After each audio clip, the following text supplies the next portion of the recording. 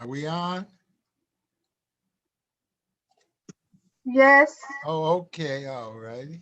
Hello, Uncle. Hey, what's happening?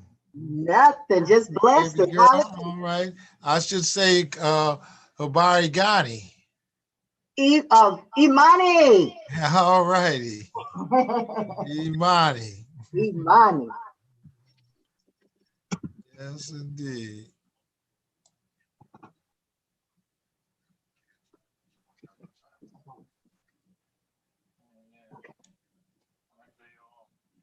Yes, indeed.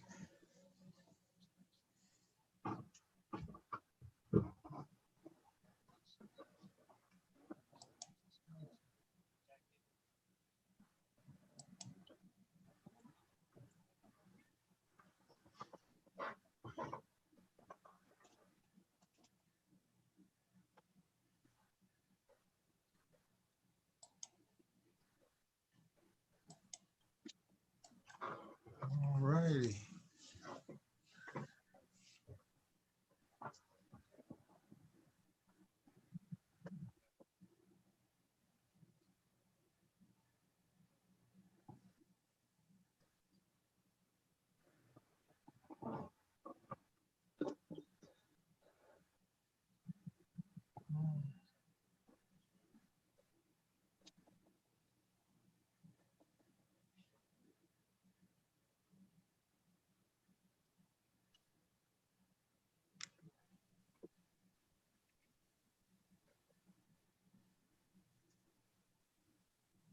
Wow. Come through there. This is live on YouTube. Okay. Miss Angela. Yes, it is live on YouTube. Okay. We're getting feedback from London's phone again. Okay.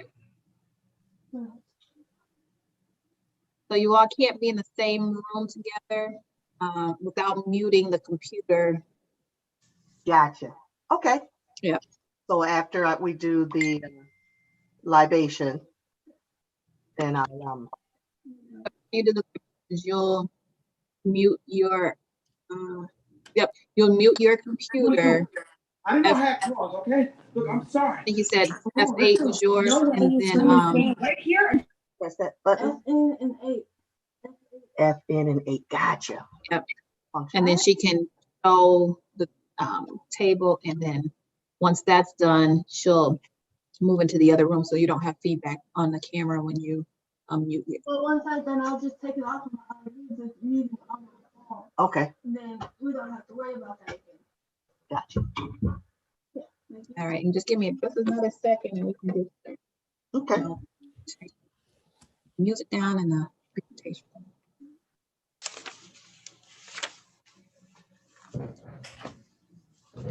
No worries, because we can just go right into the song or. Okay. Well,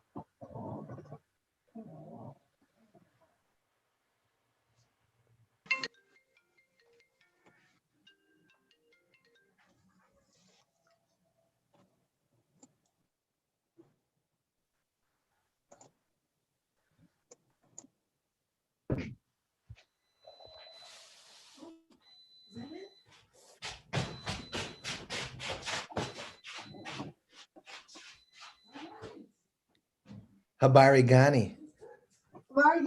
Imani. Imani. Jambo. Si Jumbo. Si Jambo. Si Jumbo.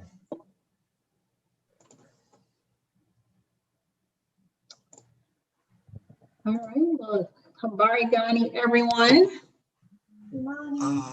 Imani. Yay. Now, what a year to have faith, right? Yes. We need it so much right now. We're going to go Yes, ahead and get indeed. started. And I'm going to open with our video.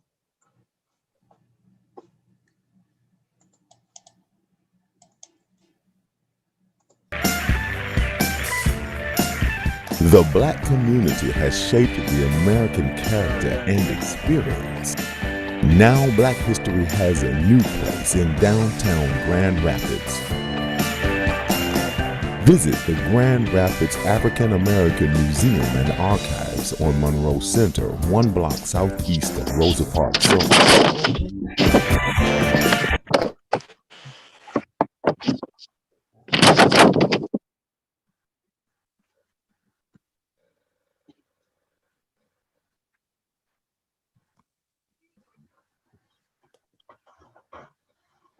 Greetings.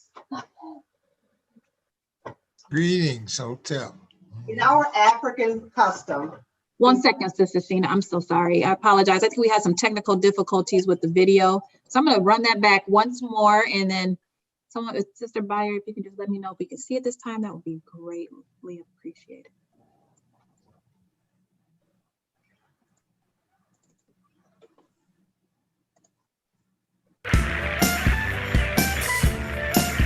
The Black community has shaped the American character and experience.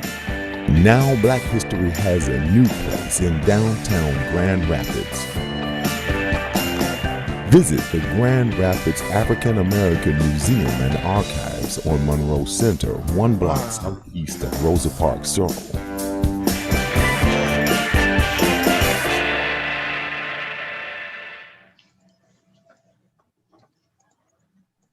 greetings. In our African tradition, as we celebrate Kwanzaa or any other time, it is imperative that we ask our elders for permission to speak. So if there's anyone in our audience that is at least 75 years or older, may I have permission to speak?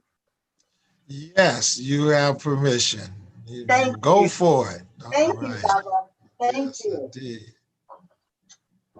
Habari gani? Imani. Imani. Habari gani? Imani. Habari gani? Imani. Yes, welcome, welcome, welcome. I'm Sister Sheena Brown with Materials Designs by Sheena. Tonight, we are celebrating our final evening of Kwanzaa, which is our 7th evening, the 7th principle, which is Imani, and Imani means faith. So at this time, before we get started, there is a special tribute that we always have to do before we go into any types of ceremonies. We must give homage to our ancestors. So at this time, we will move into what we call our libations. And our libations will be assisted by my daughter, London. We have our Kanara here, which has 7 candles with the 7 principles, and there's a unity cup. So what we'll do, we'll take the unity cup and she'll come over to the live plant, and the live plant has water in it. I mean, I'm sorry, the unity cup has water in it, and then we're going to feed the earth and feed the plant, because water brings life. So at this time, we will start our libation ceremony. And it is, like I said, a tradition that keeps us connected with our ancestral world, giving due honor and respect to those who came before us, trespassed before us. No, I gotta put it on there. I was gonna do that while I was doing this. All of our ancestors before us, known and unknown, those seen and unseen, to the gathering. So this will be another spot, and it will bring forth this message from the ancestors today. So in the name of our holy creator, we give thanks for being here, and to all of those ancestors who were here before us. And when I say something, we're going to respond with Ashe. And Ashe is another form of saying amen, we agree. So I said before us, and the first Ashe will be right now. So Ashe. Ashe. Long lineages of ancestors, hundreds and thousands of generations who toiled, designed, and built civilizations through the African continent, throughout East, and throughout our civilizing principles around the world. Ashe. Ashe. Ashe. Back and held together our as we moved across Africa, establishing civilization. The North we give honor and thanks. Ashe. Ashe. Ashe. To those ancestors who fought for some of us and would have become victim for most with the most inhumane activity of all mankind against man, the Atlantic enslavement trade, we give thanks and honor to all of those ancestors. Ashe. Ashe. To all of our ancestors who were captured and forced to live in inhumane conditions, sometimes years at a time, and never leaving the enslavement dungeons built along the coastlines of the continent. To those ancestors, I give honor and thanks. Ashe. Ashe. To those ancestors who were forced on ships, packed in those ships and packed in those so-called Americas, never knowing who they were, we give thanks and honor to them, and we say, Ashe. Ashe. To those African ancestors who held our African traditions to keep them alive, especially along the coast of Brazil and throughout the Caribbean and some of the places in the coastal parts of the United States of America, we give honor and thanks, and we say, Ashe. Ashe. To the ancestors who brought forth the spirit of wanting to be alive, that spirit to continue to give birth to multiple geniuses that we now know and respect their names. We give thanks and honor, and we say, Ashe. Ashe. To those brothers and sisters who died fighting enslavement to keep our ancestral traditions alive, we give honor and thanks, and we say, Ashe. Ashe. To those ancestors who toiled on plantations in the North and in the South, to those who found a way to figure out what languages were being spoken in a country and passed along to their children, we give thanks and honor, and we say, Ashe. Ashe. To those ancestors who felt that English education was the only key to our survival, and that had to know who we were and whose we were, then reached way, way back to reconnect us with our African spirits, we give thanks and honor to those ancestors, and we say, Ashe. Ashe. To those ancestors who moved north into the concrete jungles and tried to make families to keep them together and to keep us striving and thriving. And now we are in the hallowed halls of every major concern in this country as ex-slave people. We give thanks and honor, and we say, Ashe. Ashe. To your mothers and fathers who toiled and strove to get us to where we are today, to give us to this day to deliver this message, and for the people who are here today to hear this message and to return to our African selves, we give thanks and honor, and we say, Ashe. Ashe. And to those yet unborn,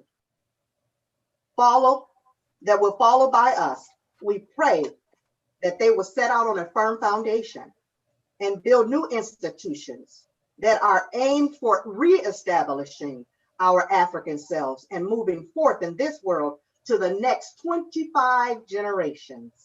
We give honor and thanks, and we say, Ashe. Ashe. And at this moment, I have a list of ancestors that I would like to call out. We have Lily Mae Lowry. Ashe. Ashe. May Queen Lowry. Ashe. Ashe. Curtis and Addie B. Brown Sr.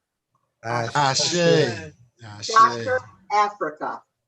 Ashe. Shaida Elamine. Ashe. Janelle and Tyson and Janelle Tyson and Senior and Junior. Ashe. Ashe. Ashe. James and William Senior. Ashe. Ashe. Addie Hardy. Ashe.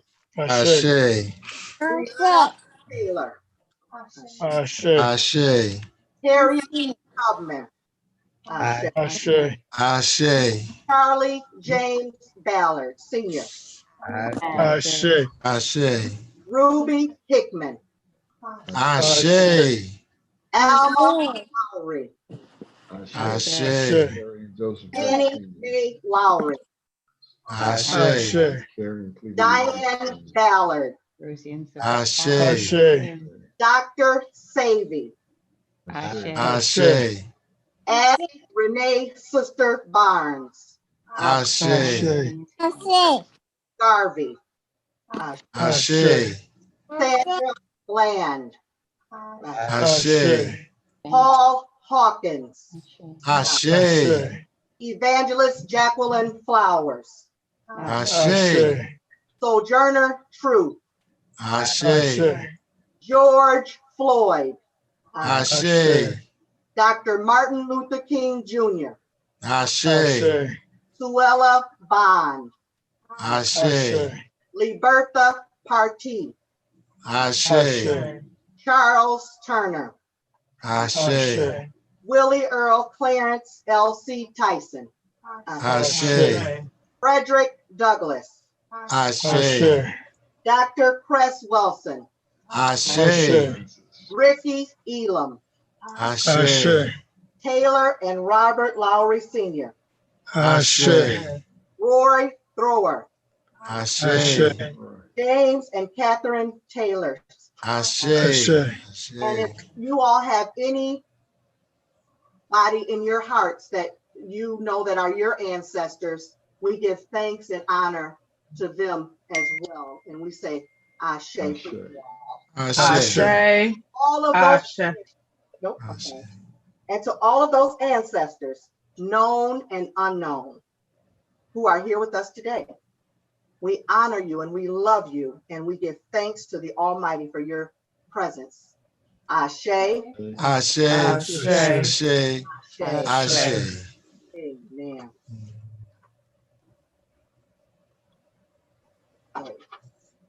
Ashe yo.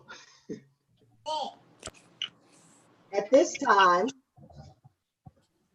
we'll go right into the lighting of the Kanara.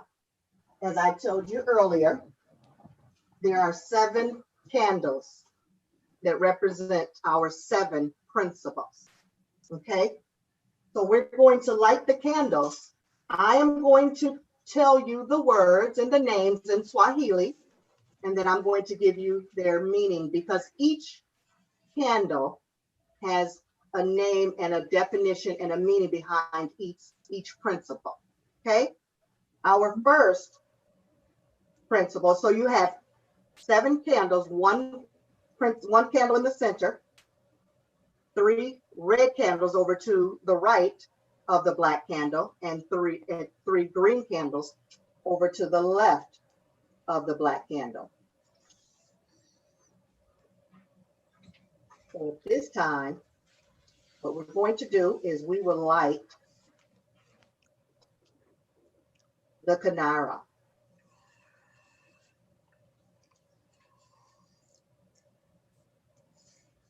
The first candle, Umoja. Umoja means unity. The second principle is Kujichagulia. Kujichagulia means self-determination. Our third principle is Ujima. Ujima means collective work and responsibility.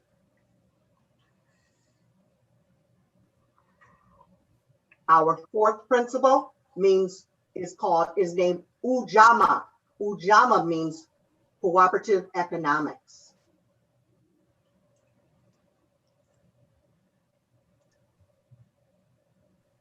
Our fifth principle is Nia. Nia means purpose.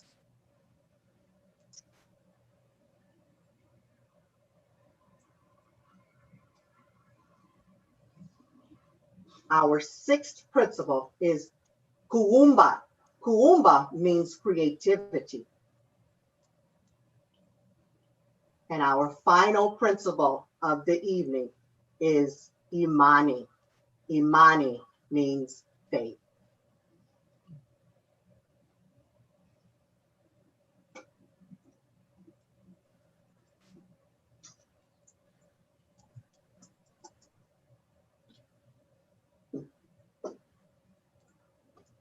And as I told you all, this is our Kanara. I would like to share with you just a little bit about the table, the Kwanzaa table. There's a lot of different components of this table that are very important to the holiday. It's not Christmas, it's not Hanukkah, it's a holiday where we as African Americans celebrate our culture. So on the Kwanzaa table, we have the Kanara, we have a unity candle. There's 7 major components that we should always, turn this back. There are 7 major components that we should always have. So the unity candle, the unity cup represents the unity. The Kanara has the 7 principles. There's a makika mat here, and everything that's on this table actually is connected to the mat. Everything is touching that mat some way, shape, form, and fashion. That just brings the unity all together. We have the fruit and vegetables. That's the first fruits. We even have some stalks of corn, and what corn represents is fertility. Normally, when you see a Kwanzaa table, you'll see some ears of corn, and the ears of corn represents how many children you have. I happen to have 2 children. However, I put an extra ear on my corn just for the unity. I just put an extra ear for unity. Also, there's the live plant, where when we did the libations from the unity cup, the water gives life into a live plant. Okay, and then if you walk around with me here, we just have different gifts that we were going to give the children at the end of the night. We did a lot of, books and little gifts. I had gone to different parts of the country. I have some artifacts on here. If my daughter can zoom in, we have an African pick. We have an African pick, a little African pick stick here. I have the famous African proverb, it does take a village to raise children. We have some kente cloth. We have the Marcus Garvey flag, the red, black, and green with the continent of Africa. Yes, Africa is a continent, not a country. Okay. We have some shaker rays here. We have a collectible African princess. And if you come around, we're going to give the children books. We have some Kwanzaa activities. I basically divided my table into 3 components. So we have some books. I'm going to go around the back side here. And so, we want to give books that are pertaining to our culture. Mm-hmm. Praise God, Miss Breonna Taylor. She ended up on the front cover of the OWN Oprah Winfrey magazine. So something that we really want, our children to really be engaged in their culture and know where they've come from. So this is my Kwanzaa table. And then over here, I did a family table. Kwanzaa is all about family. First fruits, right? It's all about family coming together. This is a very important night for us. So here's my family table with my parents and my family, my husband, my mother and father-in-law. I have some cotton, we had some of our ancestors, some of our Africans were from the cotton fields, and just different artifacts that represent family and from where we came from. And I really appreciate Sister Jewel. She said there wouldn't be any African Americans if there was no Africa, right? So African Americans came from the continent of Africa, right? So over here, this is my memory table. This table is where my roots come from. You have a picture of my late grandmother, Lily Mae Lowry. You have a picture of my late mother, Queen Mae Lowry, and you have a picture of my late aunt. They all passed away in their 50s. My grandmother was 57, my mother was 56, and my aunt was 51. So I am now the matriarch in my family. At the age of 42, I became the matriarch of my family. So I just wanted to make sure they were represented on tonight. And I just thank you all for the opportunity. And we have some African drums here. My daughter's moving me through here. Yeah, we have some instruments down here too. So thank you all for that opportunity to share with you about the setup that I had going on. But we're here because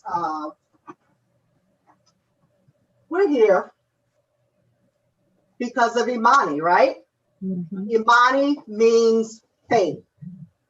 The definition of this principle is that we need to believe with all of our hearts in our parents, in our teachers, in our leaders, definitely in our people, that for the righteousness and the victory of our struggle.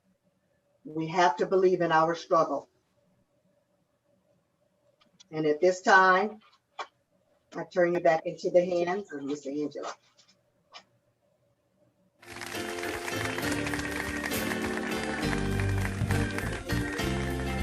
Come on. Come this far back.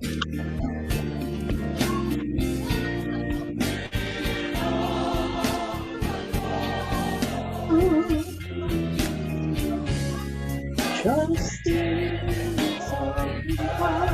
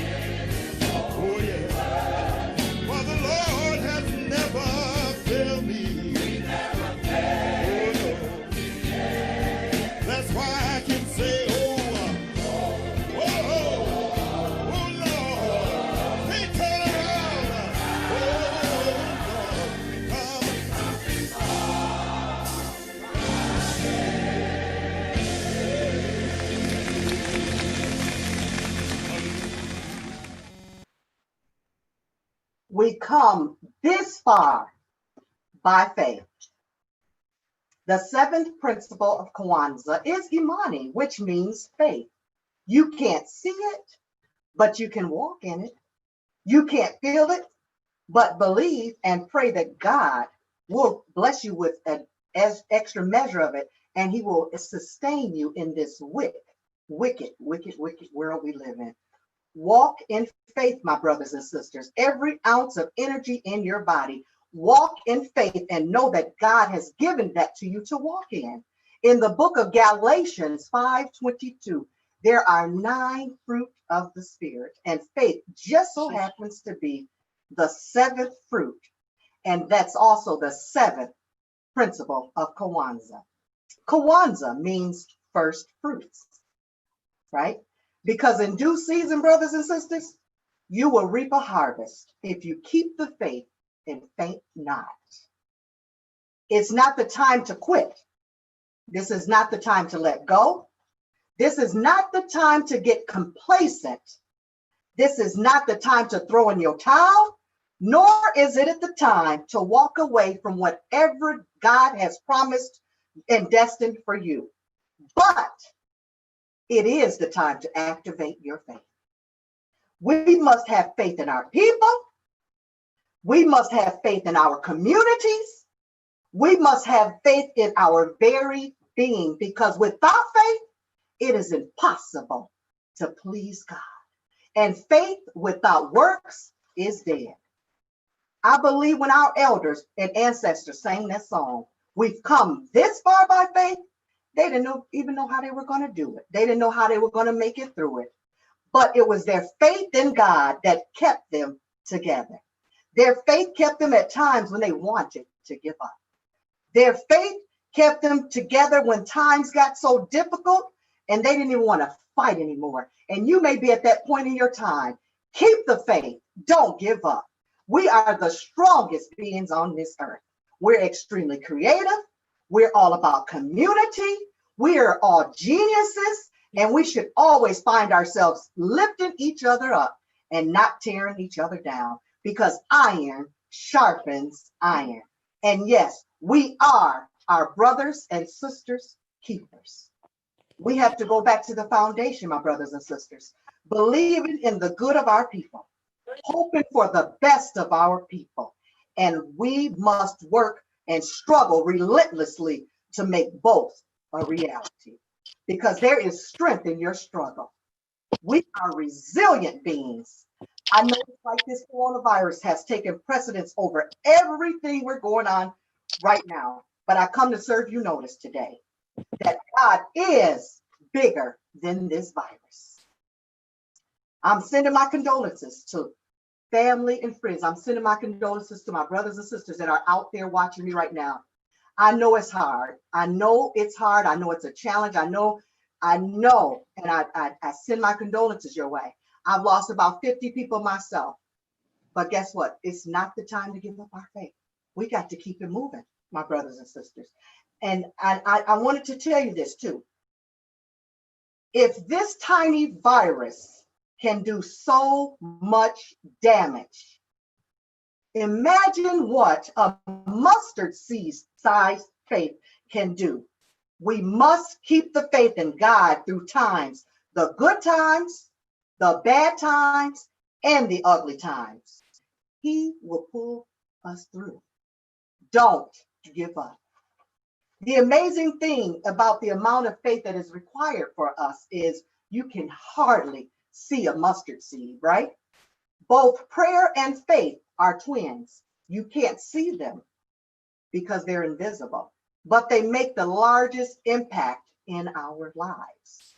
We must walk by faith and not by sight. But on the other hand, faith and fear, they're enemies. And the word says, for God has not given us the spirit of fear, but of power and of love and of a sound mind.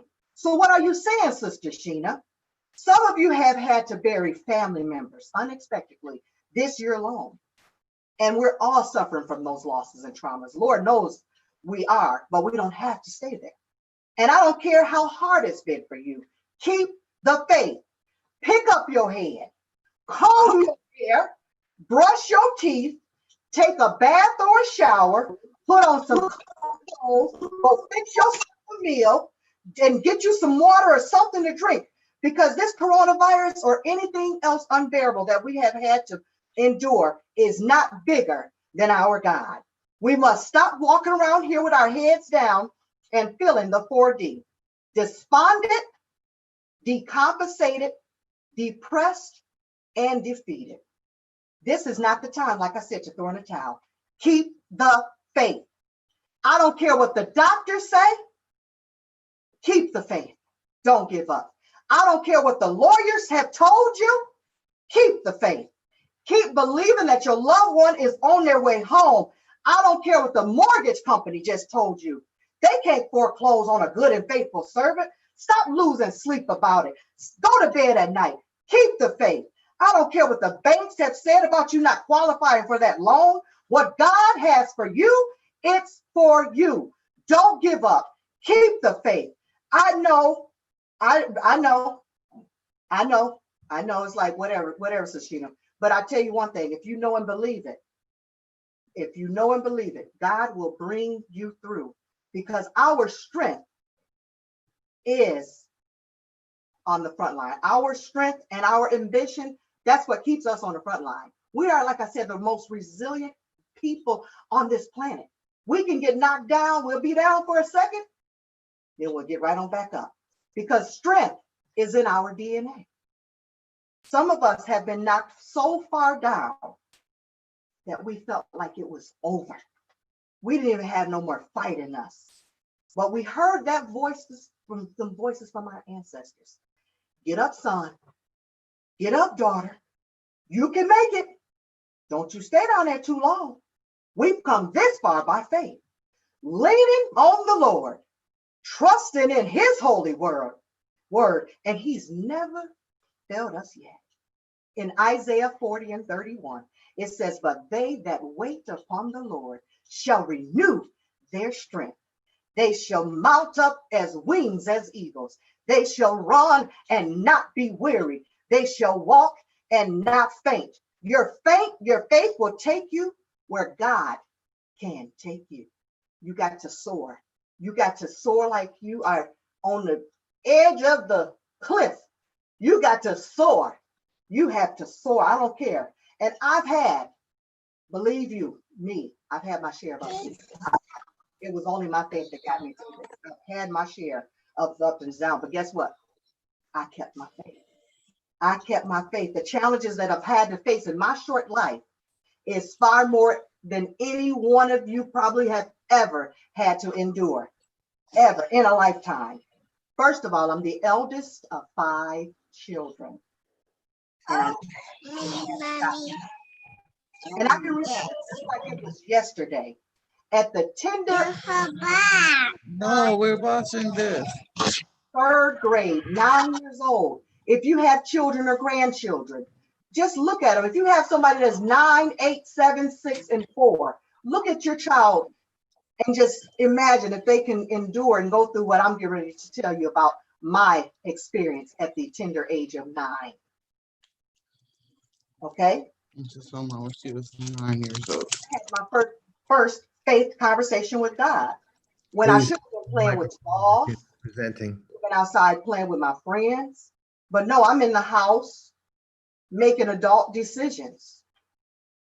And from that, I feel like I adopted the spirit of one of our greatest ancestors, Harriet Tubman. It was on a cold Thursday school morning in Milwaukee, Wisconsin. And if any one of you have ever lived in Milwaukee, it gets cold in Milwaukee, snow and everything. I myself, along with my 3 other siblings, ages 8, 7, and 6, decided one day that we weren't going to return back to the home where my mother was living with her friends, because there was a lot of abuse there. Every form of abuse that's going through your mind, it probably did happen in that home. And we'd had enough of it. So we're standing at the bus stop. We had 2 decisions to make at that instant. 1, go back into an environment filled with so much hurt and pain that wasn't even safe or healthy for us. Or 2, run for our lives.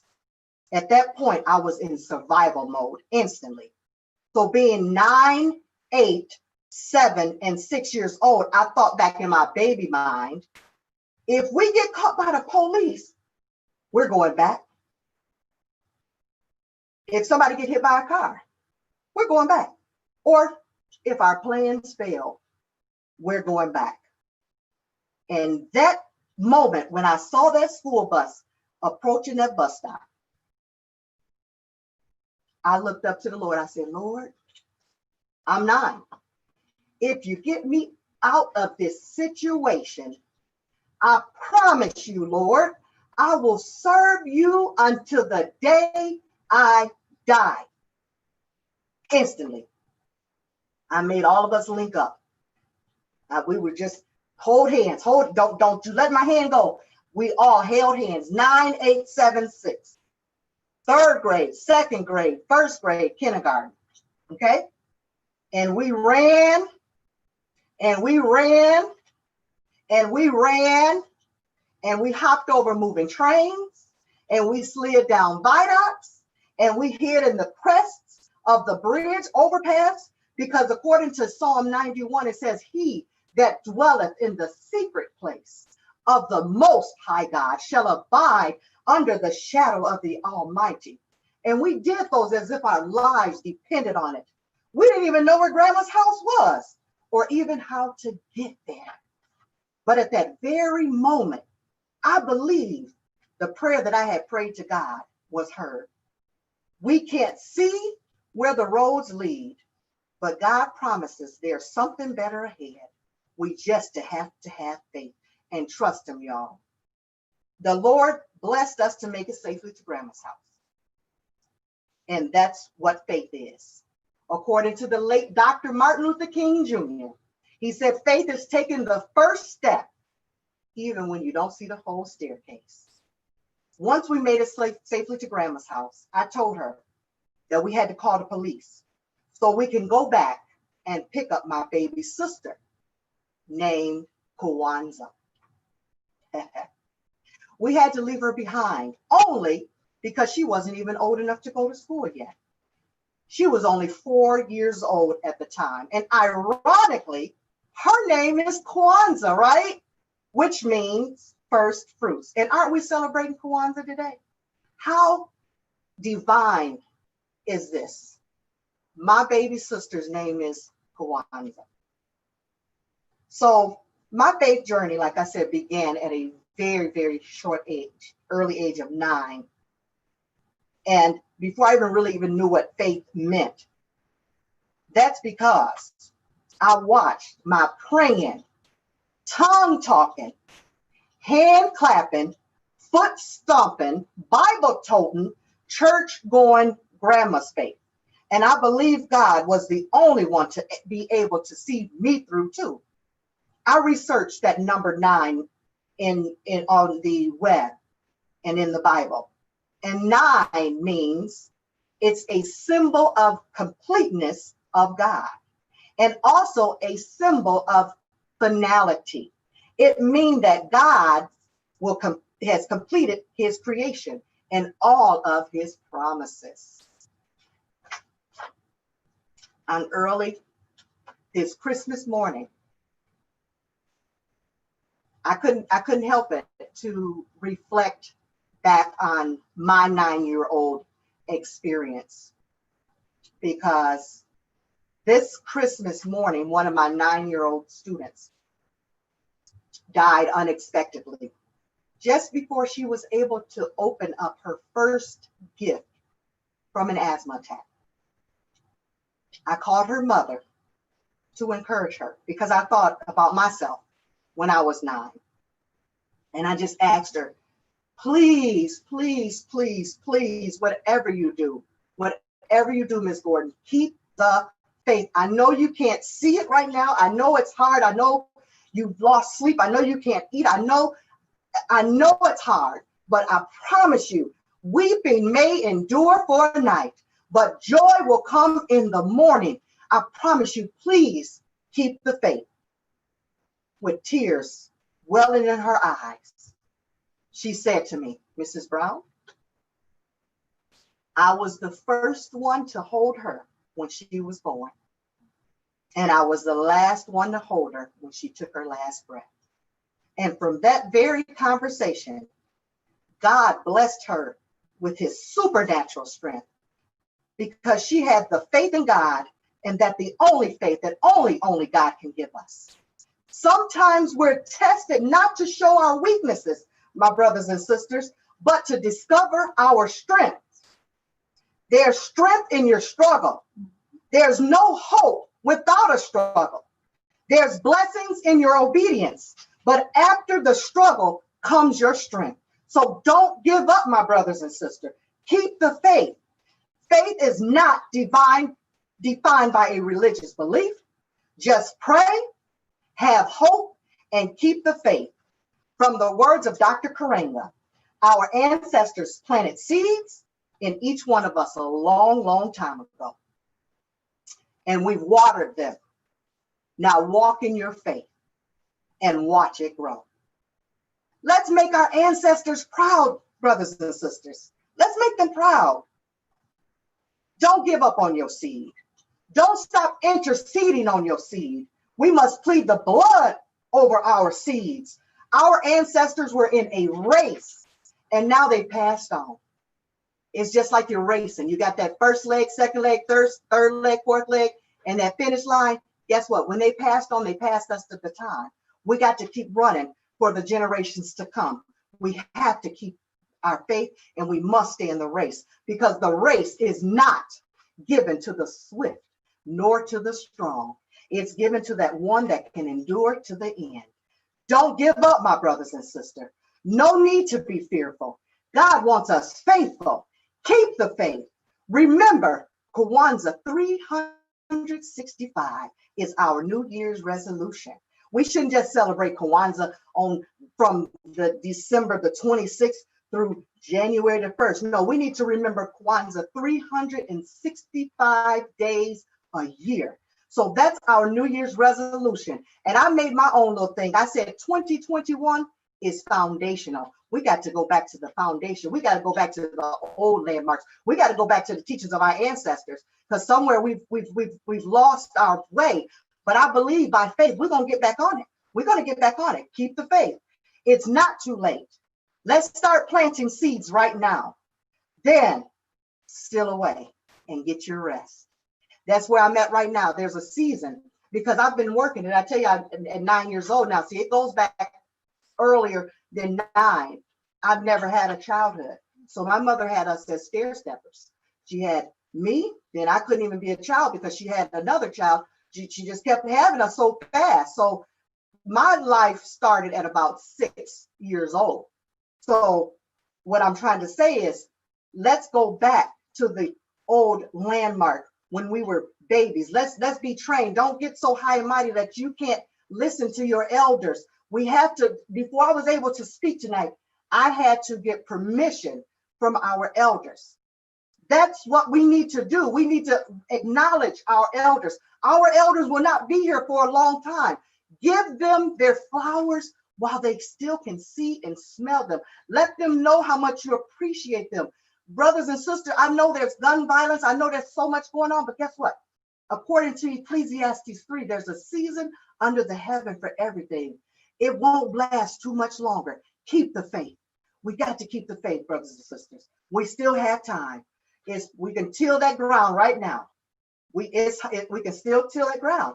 It's not too late to start planting our seeds. Then, like I said, let's steal away. Let's get our rest, because there's resilience in rest. God worked for 6 days, but on the 7th day, he rested. Because it's due season, you will reap your harvest. And Jesus said, you will know them by their fruit. It's harvest time, y'all. Peace. Turn my volume out there.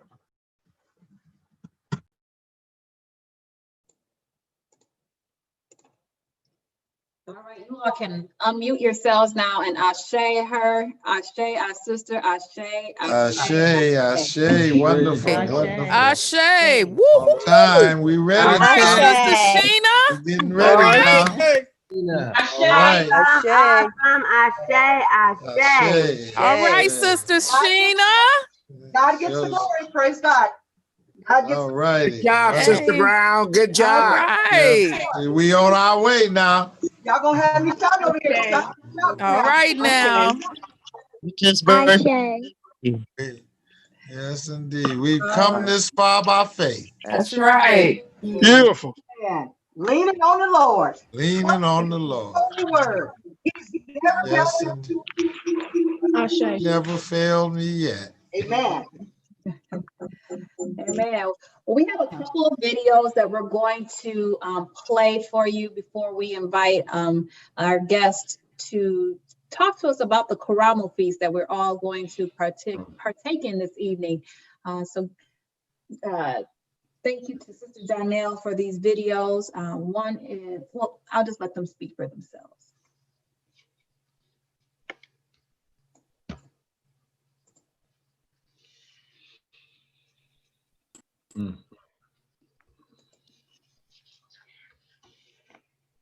Hi, my name is Chef Samaya Waver, and I'm going to explain to you a little history on the sweet potato pie.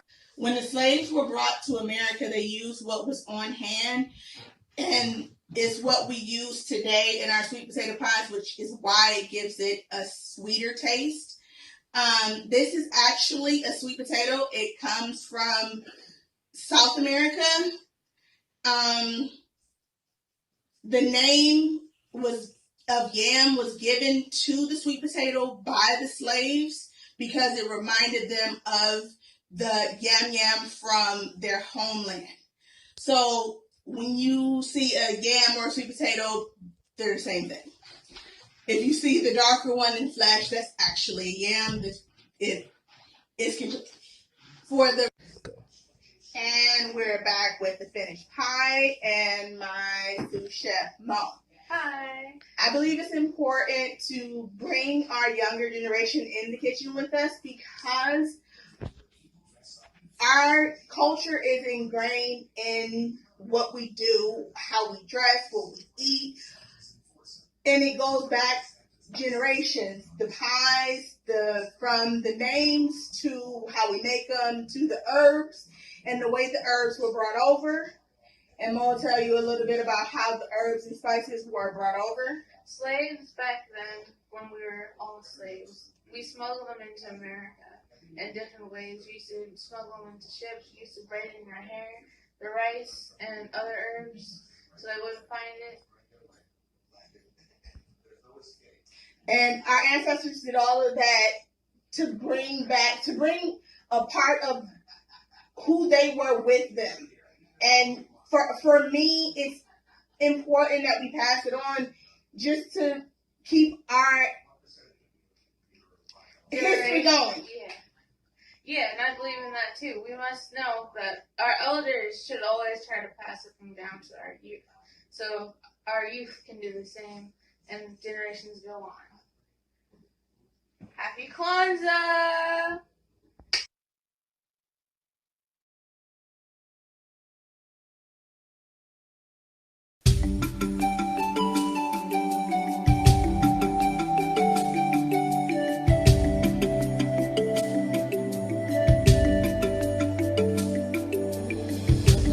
As you go through life, you'll see there is so much that we don't understand. And the only thing we know is things don't always go the way we planned. But you'll see every day that we'll never turn away. When it seems all your dreams come undone, we will stand by your side, filled with hope and filled with pride. We are more than we are one.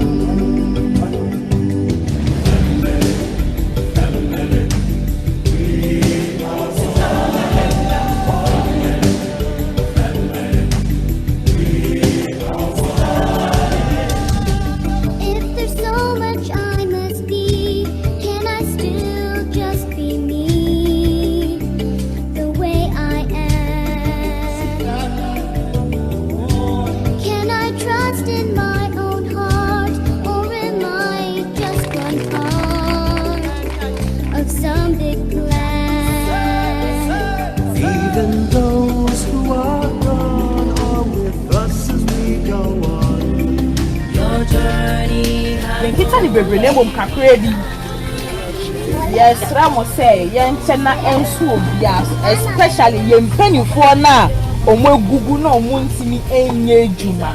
Yes, Ramo, Amo dia show mama. Any young man keten na, and also you watch challenges for cry or mushroom. At least if you be enya bibi kakra. If you be enya bibi kakra. Mo fa botre enti ase ene odo enche nyama no. Akpanao. But what would me when you have a Ghana ya? Nyamala is region. La Congo, a little area. Mauna Yirogada.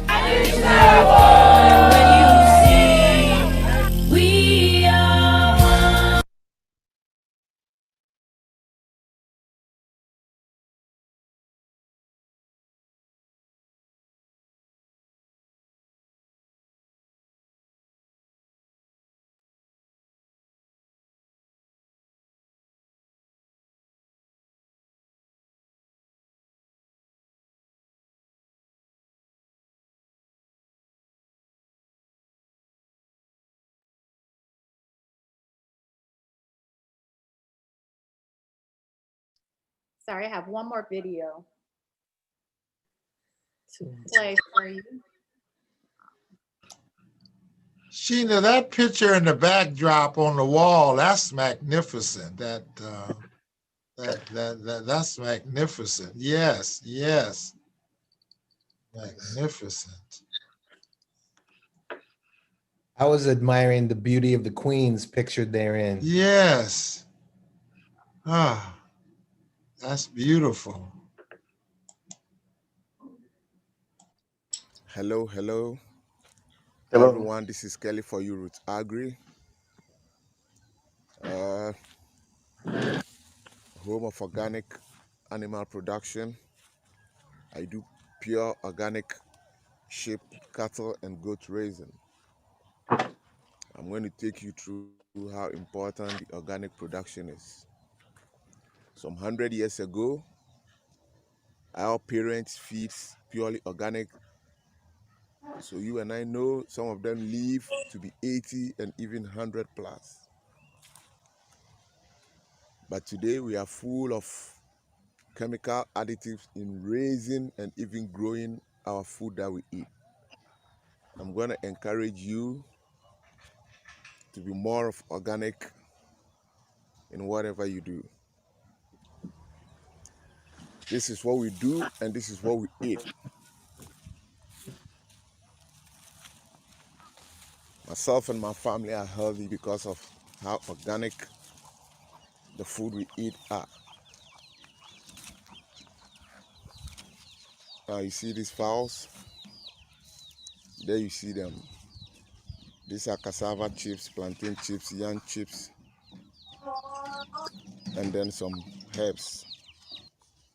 These are the ducks who also feed purely on the leaves and then some other natural feedings. No chemical additives. Everything is natural. We feed what we grow. We eat what we grow, sorry. For that reason, we try as much to avoid any chemical additives. See, these are the palm plantation, organic. As you can see, we use the cattle and then the sheep dungs to fertilize the land for growth. This is the pineapple plantation. Yeah, we are really facing challenges in now because of the organic application. You can see there is so much weeds in there. Yes, it's because we don't spray them. We're avoiding the use of chemicals. We want everything organic. So we're avoiding the use of weedicide and then other stuff. So Once in a while, we weed under and then we leave the weeds to dry and then serves as manure again for the pineapple. Yes, like I said, this is the pineapple farm. We are just entering the plantain plantation. You can see how this is grown, purely organic. There's no any chemical additives. Everything here is organic. And they grow and do so well.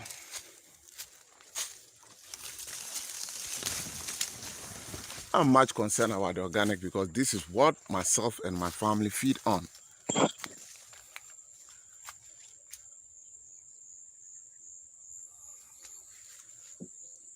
There you go.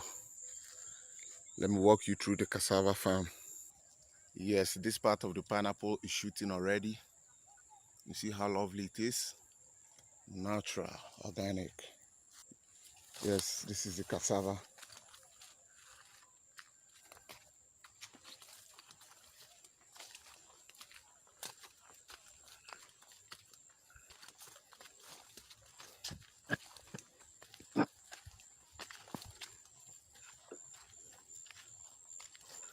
It's a cassava. They will be ready in a month's time for harvest. This part will be ready in 4 to 5 months time. Purely organic, no additives. Purely organic. Everything here is organic. I'm still walking you through the farm. Yes.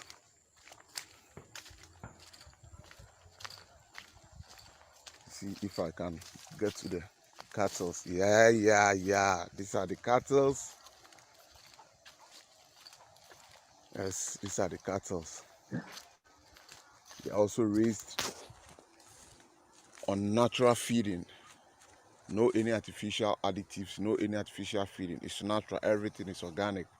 As you can see, they are feeding on natural grass. Natural grasses. Yes.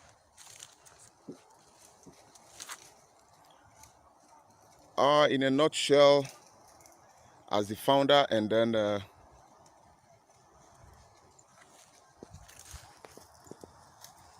executive director of Kelly for You, Gray is encouraging organic production because you and I knows anything organic is good for the body, it's good for our health, it's good for our growth mentally and everything. So it is good we practice and encourage organic production. Thank you.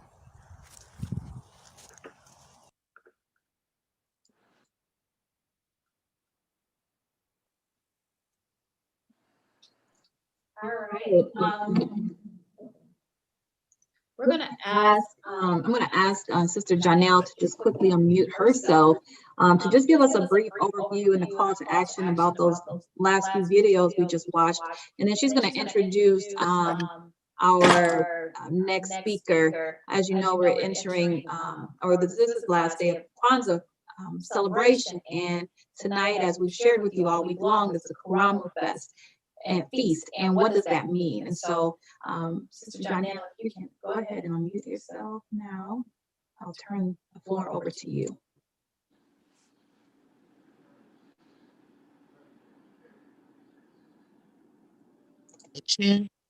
I would like to explain a little bit about the two videos that we saw.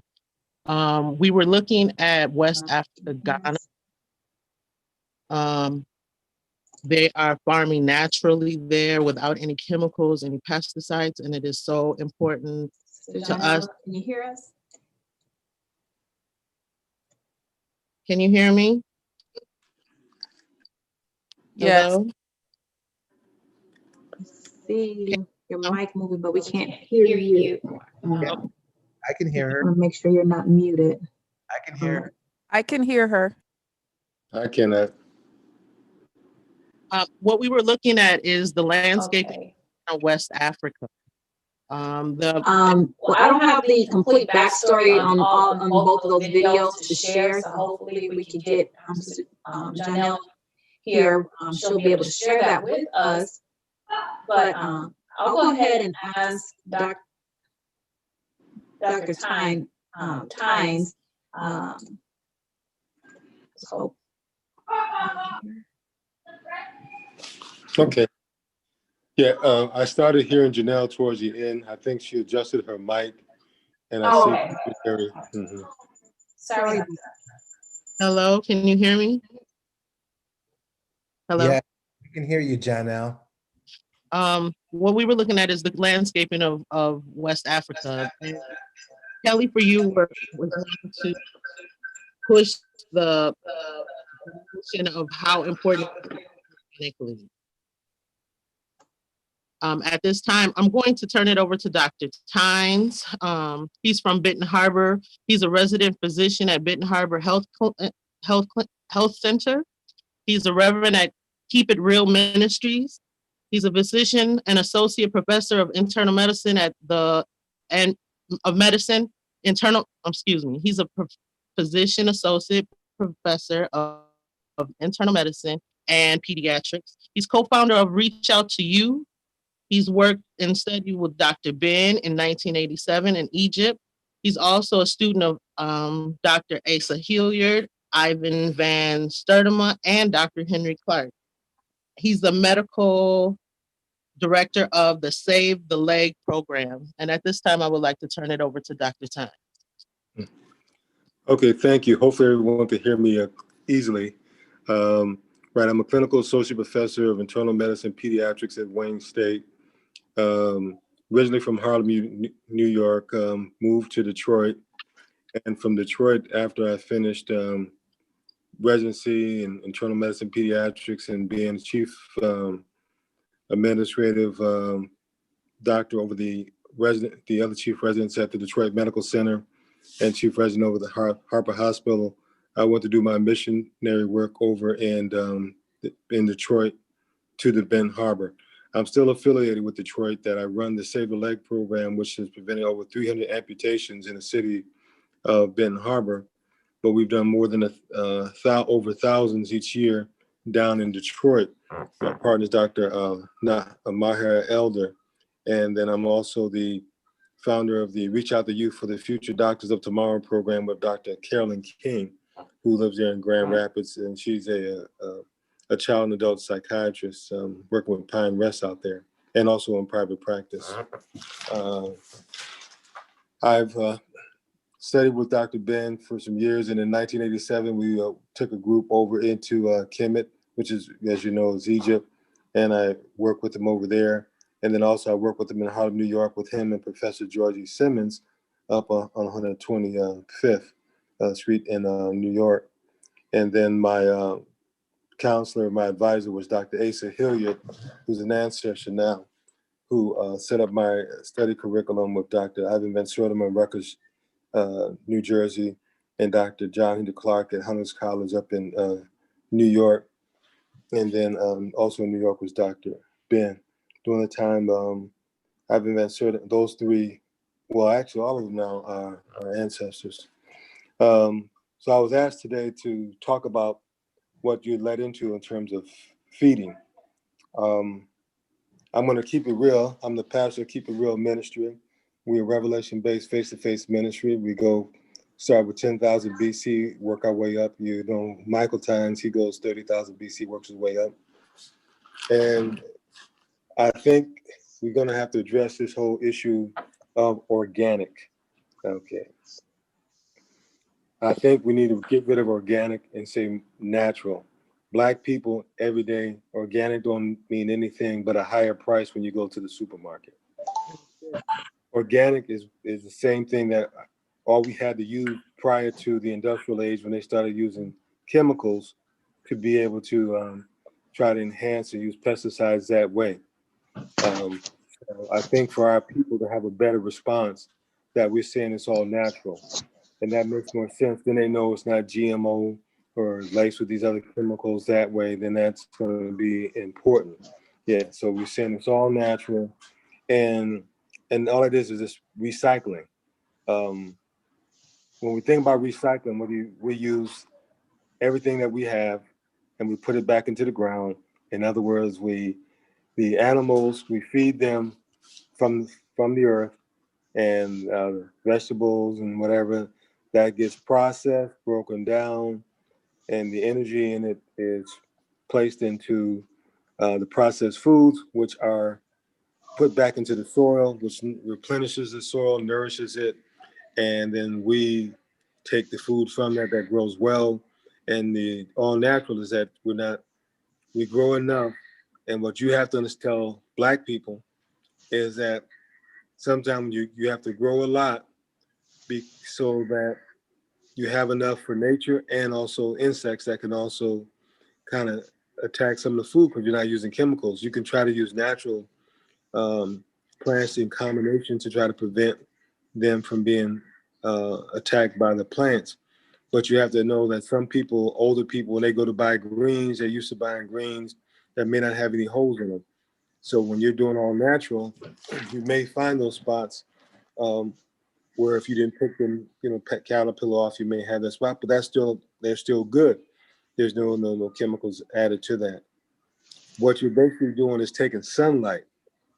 You're taking ray, however you want to say, that you're taking those sunlight, atan, you're taking the sunlight energy, as Akhenaten had spoke, and you're taking that and you're placing it in a form that's digestible for all living forms on this planet. Plants are unique in that they're able to take the red sunlight and make it into food. We need that assistance. Now, I'm going to get a little bit rough here because the truth of the matter is that in Kemet, in Africa, and I'm talking classical period up and before before the Europeans came in, we're talking about the early Wakanda time period, okay?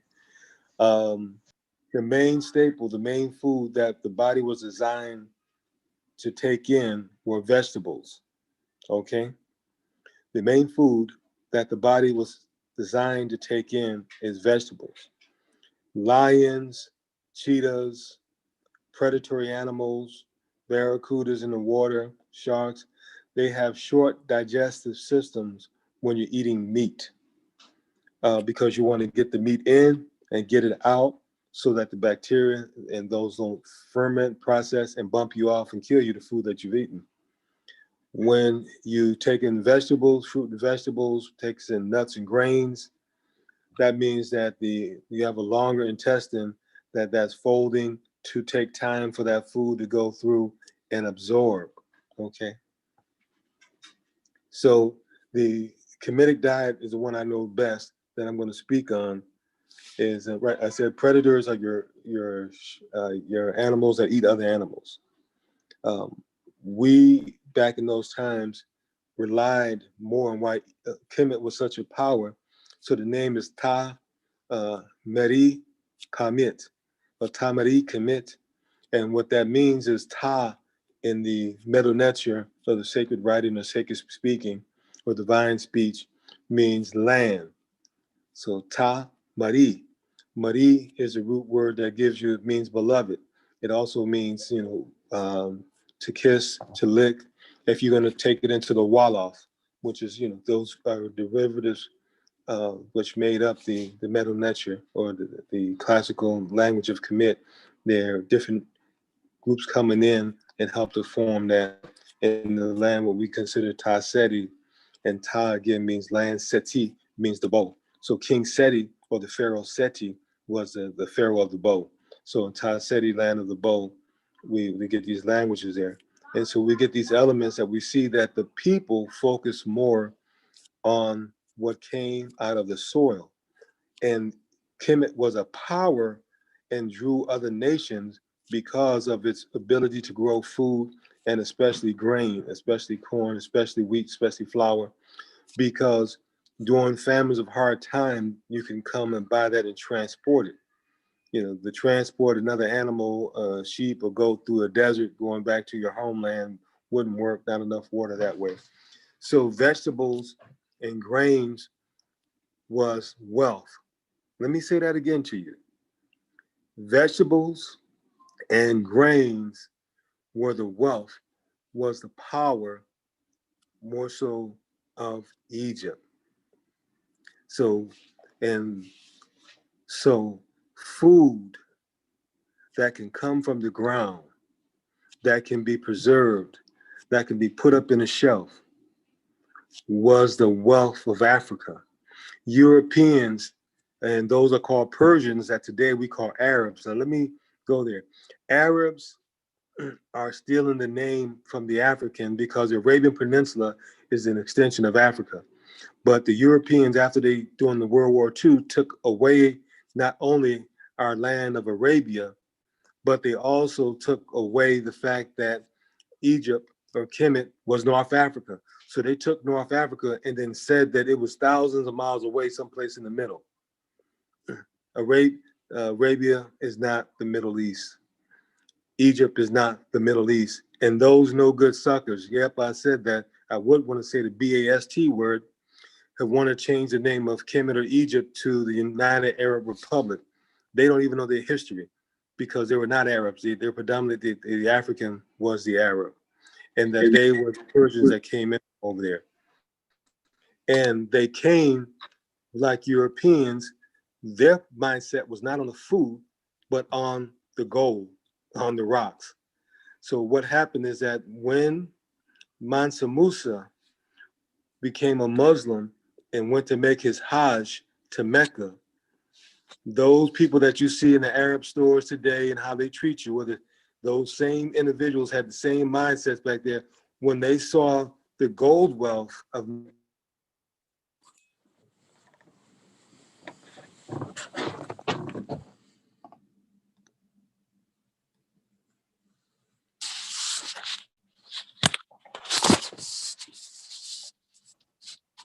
I believe Dr. Tynes now.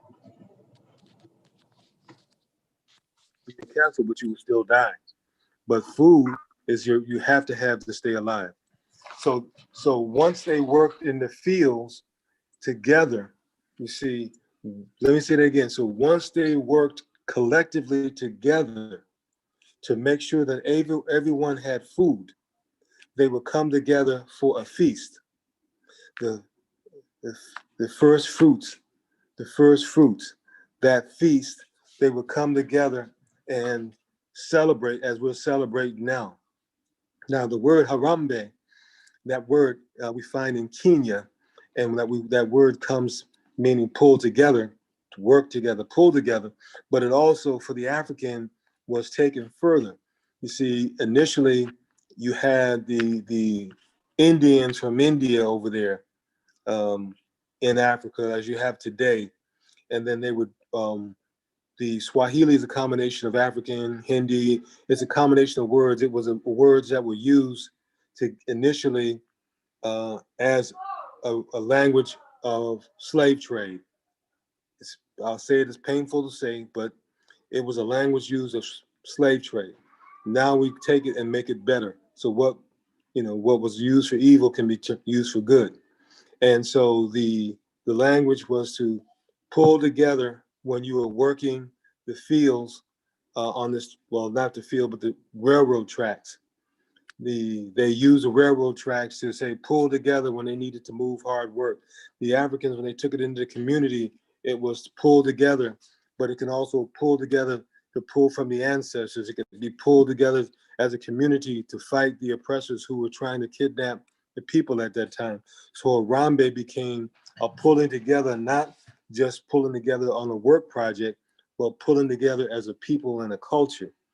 And also pulling down the ancestors to come and to assist because they're in a different plane for that wisdom, right? So we have to understand that as Dr. Clark would always teach, and Dr. Ben, was that the Persian slave trade, or what we call the Arab slave trade, started 500 years before the Europeans got involved. But and that's a different topic. And then, but we have to understand is that the reason they went there, why they left Europe, why they left Persia and went across into Africa, was not just for the enslaved meant of African people, but they also understood that they kept forgetting they were taking back foods as well as to Babylon. They were taking foods and stuff as well to Europe, and that's what we have today. So the thing that they took away from the African after the emancipation, the thing they took away from after the African, after the Jim Crow segregation, the thing they took away from the African after the so-called 1970s Black Power movement was the food power. They made you dependent on the supermarket. They made the children dependent on the supermarket. They made the children dependent on the microwave. They made the young mothers dependent on the microwave. They made the young mothers depend on the freezer for their food and nourishment. Because if you bring something fresh into their house, if you bring in a squash, if you bring in a potato, if you bring in a yam, if you bring in greens, they have a hard time. The young people today don't even know how to cook that, to process that, to understand that the land was wealth. Malcolm told us that the land was the basis of independence, because when you had land, you can build your shelter on it. When you had land, you can grow your food on it. You see? So what I'm telling you, that if there's a possibility of getting a vacant lot for a cheap price, then turn that land into your natural garden. Turn that land into wealth. The more land you can get, and if you use it as a community garden, what we call it, urban farming, you can call it that. But what you want to do is see if you can get that still initially as your nonprofit. And I would tell you this, if there's even contaminated land, get that land and try to make sure the land is grouped together in pieces, and that's what land you'll sell back to the white man. And the reason why I say you'll sell it back to the white man, because land, they will take that land and use what's called brownfield development, clean up that land and build something on it. So what you can do is lease that land to the white man, or if it's really bad, sell it to the white man. But as long as you take that money and make sure you increase the amount of land that you have, man of resources that you have. Now, another thing with food that we had to understand, that food also meant that we had to know how to build the fencing around it. We had to know how to build the housings around it. What happened in Harambe,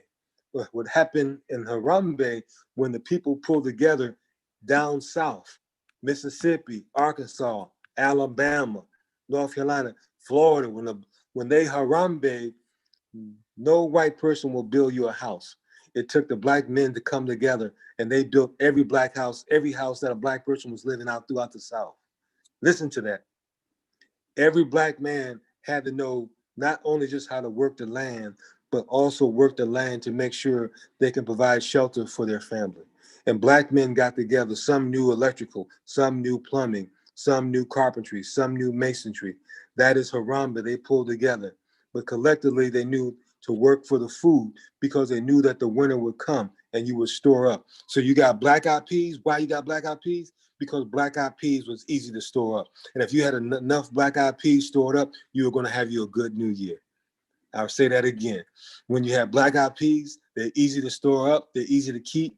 And if you had enough black-eyed peas, you would celebrate, because you would have a good new year. So you have to understand the other thing, the grain that you can keep together, and you can make that cornbread out of it. Mothers can make hot water biscuits and all that out of that. So from the ground, you would be able to survive. Now, the other thing, I'll leave it at this last part.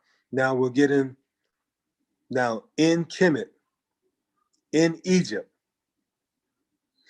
in Arabia, in Kenya, in South Africa, in Ghana, in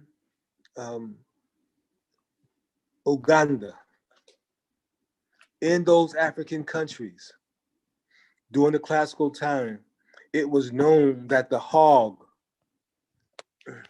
was a foul creature, because people would sometime, when they would eat the hog, they would come down with madness and disease, or they would come down with sores on their skin, and the sores sometimes will have little worms coming out of it. Yep, that's a trichinosis worm. So pork was used to clean snakes. You get your wild boars together, and you go and make them go ahead and eat some of those cobras. You get your wild boars together and you sick them on some of those black mamba snakes, right? You clean up in Detroit. Detroit was called, they had an island they called Snake Island, full of snakes. They fed it with hogs. They overflooded with hogs. All the hogs ate all the snakes, and then they drove the hogs into the Detroit River, and then they named it Belle Isle.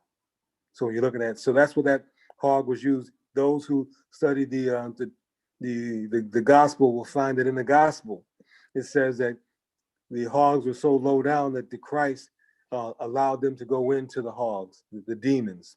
It tells in the Torah that it's one of the only things that's called an abomination. Homosexuality and eating of pork, those are things that are listed as abomination before the Most High, before the Lord. So food becomes important. Now, those who study scripture, those who study the Quran, those who study the Torah, those who study the Bible will know that the problem that happened in the Garden of Eden was over food. The problem that happened in the Garden of Eden was over food. Now, the next thing, the first temptation of the Mashiach, of the Messiah, the first temptation of Christ was over food. Turn these stones to bread. So the devil, the Satan, the evil one, Set, uses food against God's people.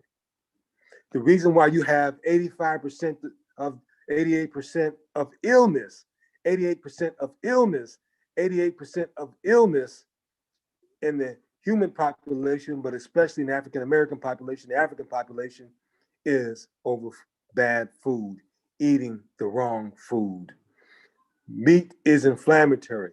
Meat was often used in Africa, in Egypt, in Tamil Kemet, and Natanisi, and in Ethiopia. Hajina was used as a seasoning, not as a main course like they did in Europe. Meat was a seasoning to add the flavor to the food. People were not crazy enough to eat all their cattle. They would die. Rhino pest, when it came in, wiped out several tribes of the Maasai when that came and brought them by Europe. No, it was used as a seasoning, as a festival time. This is what you have to look at. So food is medicine. Food can also be poison. So I'm asking you now to decrease your intake of your meats. Use your meats more as a seasoning than as a main course.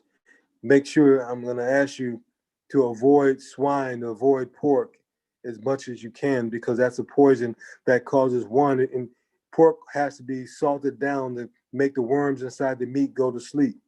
Pork also is super fat, and because how the animal eats, it doesn't process it as well, differently than other animals. The circulation of the hog is different. That's why I could take a steak bite and not die from it, because the circulation goes outward towards the skin and doesn't go back to the heart. So when people would buy a piece of cooked pork that had the snake poison in it, they would drop over immediately and die.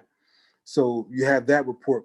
Also, pork is so fatty that it increases the fat content in the body, causing what's called insulin resistance and making you a diet-related diabetic.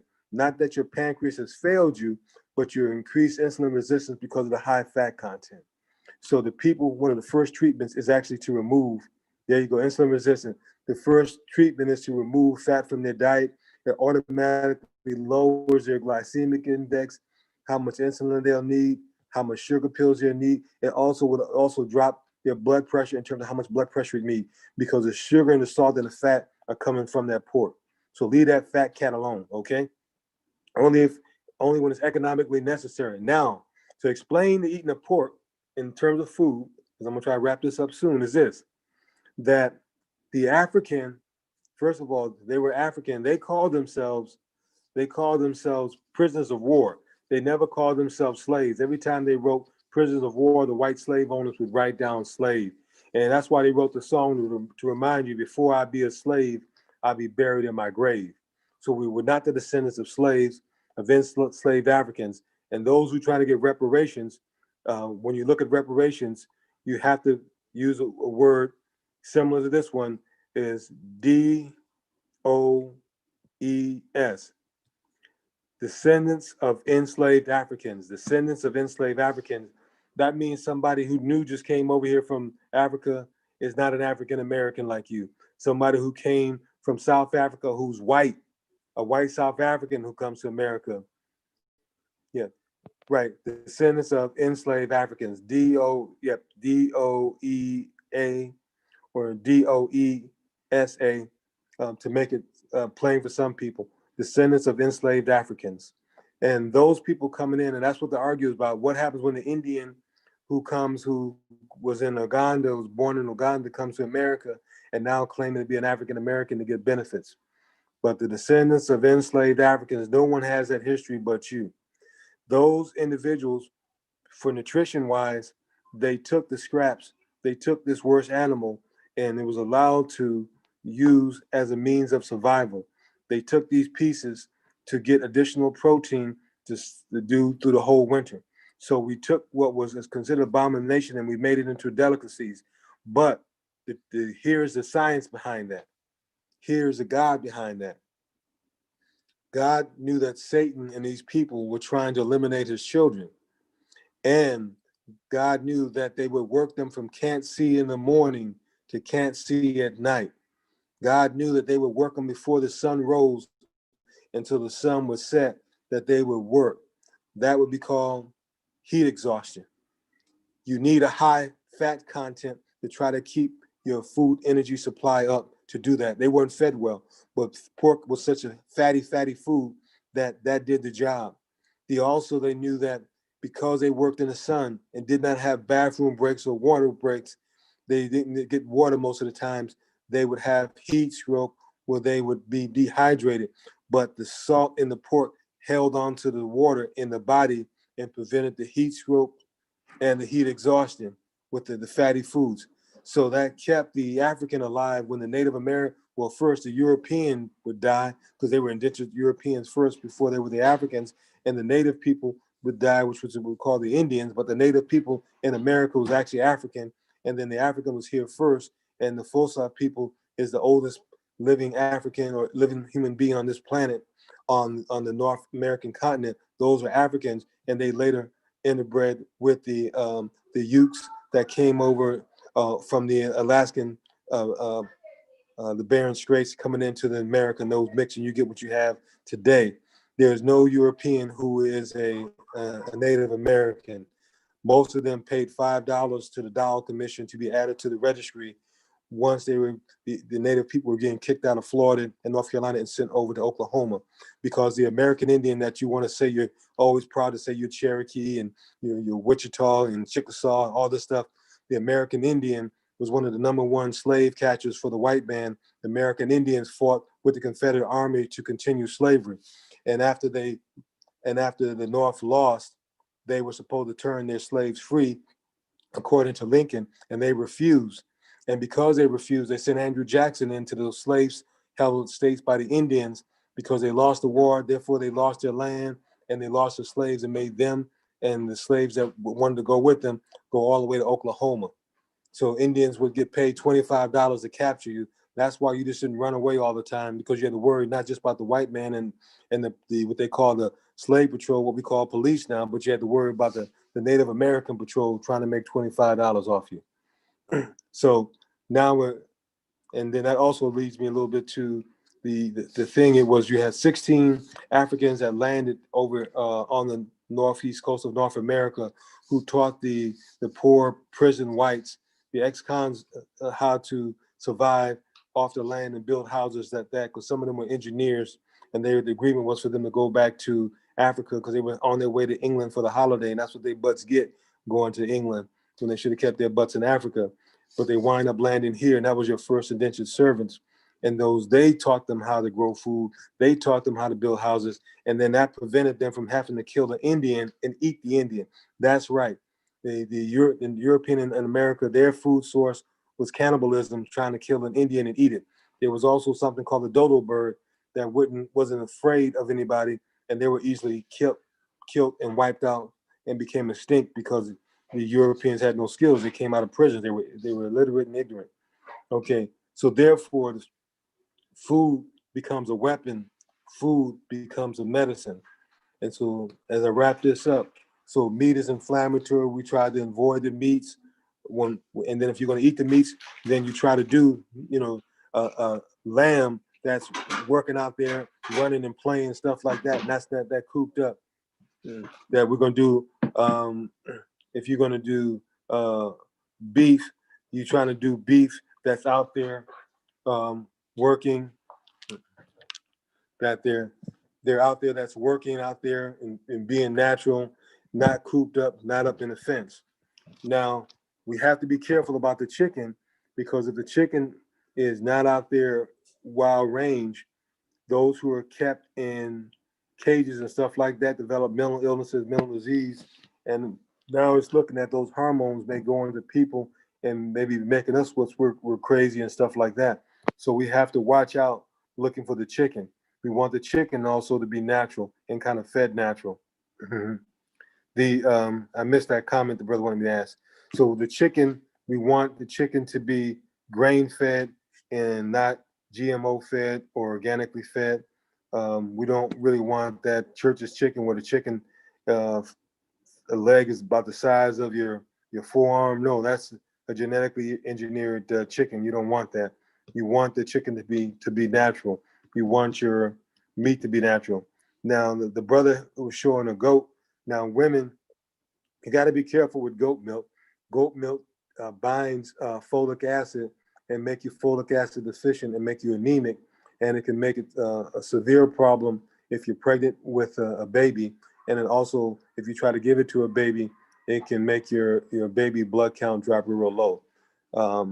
So your goat milk is something you may want to do for an adult, but not really for children or pregnant women. Cow's milk is a mucus producer, and right now during COVID, I've told Benton Harbor to avoid cow's milk or dairy, and as a result, we've been blessed. We've only had 9 deaths, and some of those are knuckleheads who wanted to be around European population. But what does that mean, 9 deaths? Well, over in Flint, you're talking about over 180 deaths in blacks. You're talking about over almost 1,000 deaths in blacks when you're looking at Detroit, and we're the sister cities for them. So Grand Rapids, you have to look at your numbers as well. So we have to try to focus a little bit more on fish to be easy, more digestible. And then with the fish, I want you guys to start monitoring. There's certain fishes that are mercury sponges, okay, that will eat up a lot of mercury and give you poisoning. So that's what we do we come to celebrate the healthy food. We come to pull together so that we build the body, the mind, and the soul, and the spirit, all as one. That is what it is Harambe. So Harambe is a pulling together. If we were around the train track, or if we were in a village, we would make a circle, we put our hands together, we lift them up to the sky, and then we'll pull down Harambe. Harambe, as we're trying to pull the ancestors, especially as we celebrate this time of Kwanzaa in terms of the Imani, in terms of the faith, because it was also a feast of faith. This is also what this day is of today when it comes to Harambe. So I've talked too much, talked beyond my time, and I turn it back over to you. Thank you. Thank you. Ashe, we have been taught. Ashe, Dr. Time. Ashe. What a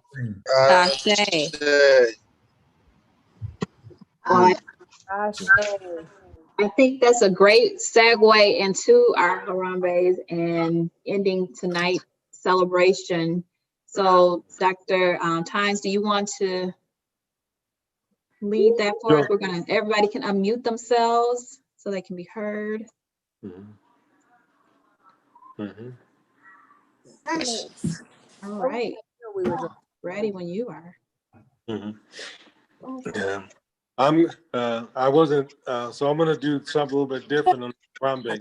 I'm just gonna pull down, I'm gonna ask if you allow me, as I do the Harambes. I know we're supposed to do 7 Harambes. I'm gonna ask that we're gonna pull down some of the ancestors by name as we do the Harambes. I'm gonna reach up and pull them down. You have our permission. Okay, thank you. The first Harambe I will seek the unifier of Southern Commit and Northern Commit, which is Amen Namer. And with Amen Namer came Joseph, and with Joseph came Imhotep, who's our first multi-talented genius. So I'm pulling down Harambe. Harambe. Harambe. Harambe. Now I ask that I bring down the name of Hatshepsut. I bring down the name of Nefertari. I bring down the name of even the correct Nefertiti, who was African and not Persian. I bring her name down. I bring in down the name of Ramez, that they call Ramses. Harambe! Harambe. Harambe. His wife was I go now, bring down the name of Frederick Douglass. I bring down the name of Harriet Tubman. I bring down the name of the freedom fighter Nat Turner. When they, in 1705, created the notorious manumission, where they isolated pastors, where they isolated professors, where they isolated entertainers, where they isolated sports figures to be able to make Black people be comfortable with being enslaved. Nat Turner broke away from that and told the people that they were the people of the Bible, that they were the enslaved people of the Bible. I pulled down those members. Harambe! Harambe. Harambe! Now I ask permission now to pull down the Honorable Marcus Messiah Garvey. I asked him to pull down the Noble Drew Ali of that day. I asked him to pull down the W.E.B. Du Bois of that day. I asked him also to pull down the Queen Mother Moore, who walked through New York with her piece, a woman who was unafraid of the white people. I pulled them down. Harambe! Harambe! Now, I also want to now pull down Adam Clayton Powell. He was a politician of politicians. He was not a politician that was without his people. He was a politician for his people. He was a true definition of a politician that no politician has matched, except the only ones who came to match him was in Chicago, who defeated Mela Daley, Harold Washington. We also have to think about Barry, Marion Barry, as the politicians that were for the people who fought for the people, who wanted to make sure they took care of their people. Back then, there was a Barbara Jordan that people may not remember. There was a Shirley Chisholm that people didn't remember, that she even took up to run for president, a Black woman running for president, way before there was an Obama.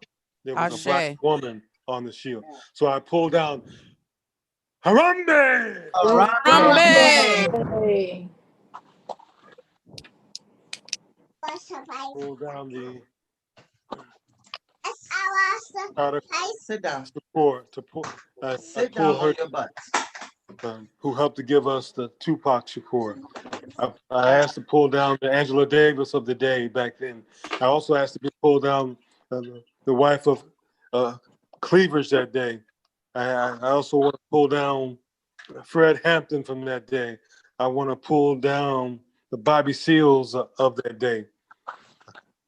I want to pull them down. Those are the individuals who came together to give us that Black Panther. But the Black Panther to give us the breakfast programs that America did not have, to give us the free clinics to take care of people that America did not have, to give us a pride and a self-esteem that the Negro, the colored person, the second-class citizen did not have. Huey Newton in that group that I pulled them down as ancestors, I said, Harambe! Harambe.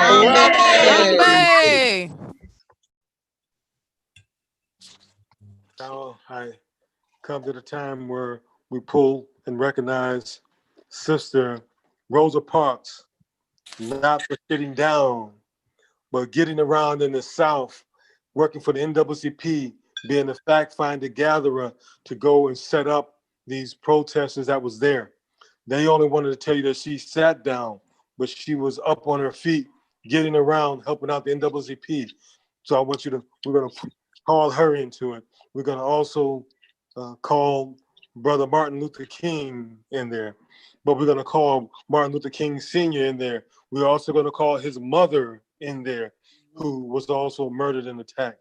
And we have to understand that the King family had a tradition of fighting before the I Have a Dream.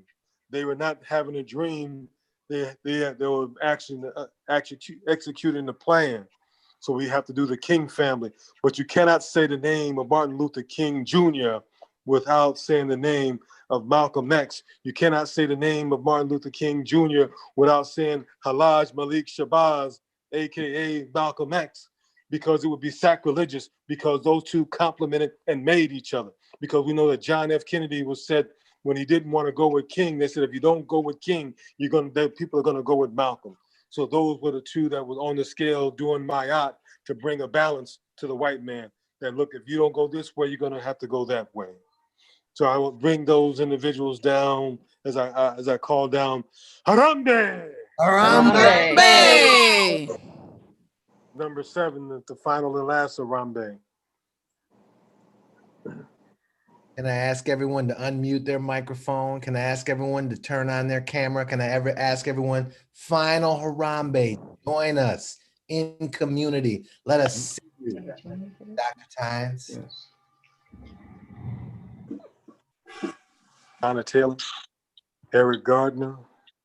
It's for Trayvon Martin. And I think what I would like for this last Harambe, all the ancestors that have been murdered, that everyone could speak, that just right now, like the phrase, say their name. I'm going to ask that everyone say the name, and then once everybody has said their name and is silent, then we'll do that Harambe. And we're also going to be doing a Harambe for the children that we know now in medical science that have been murdered by the white nurses in the maternity ward, that have been murdered by the obstetricians during the delivery, that have been murdering the black women who's never had a problem delivering birth, but now black women are dying and during the delivery process, even though the science and technology now has improved, but now we're dying more. So all of those dying, and the ones who have died from, yes, I'm a doctor, yes, I'm a scientist, the ones who have been dying from this man-made virus, that remembering them, because they, some done it would die because of not knowing. Others died because they wanted to be associated with their slave master. So those who died because they were innocent, because this attacked our senior citizens the most, and some of those children who died, I want to have us all remember them. But anyone that you can remember, not just me saying the names of those who lost, the George Floyd and others, but I want us as a group, as we call out their names, as I say 1, 2, 3, let's just say the names. And when it become quiet, then I'll leave with the last Harambe. Everyone, speak. Sandra Bland.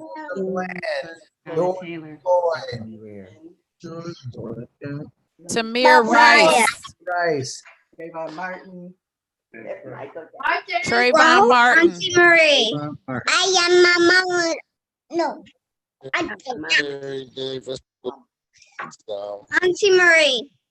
Kaki Honesty Hodges. Yes. Hodges, yes. Susan Taylor. Yanaya Noble. The 38 Black people who've been murdered in Grand Rapids in 2020. Eric Garner. Ohio that were just murdered. Michael Brown. Tamir Rice. Emmett Till. Yeah. Thousands and thousands. Atiana Jefferson. Yeah. Those bombed in the move in Philadelphia. Yeah. Orlando Castile. Both and John.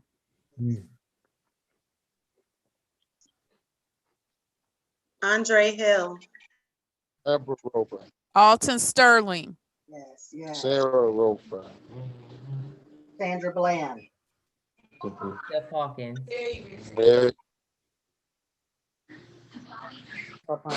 Eric Crawford. Stephen Roper.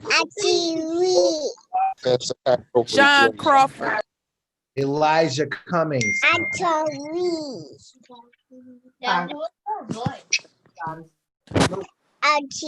Lewis. Bob Marley.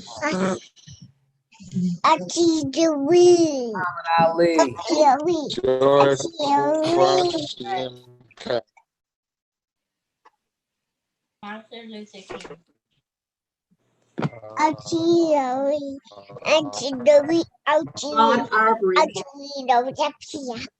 Denmark Vesey. Breonna Taylor. Queen.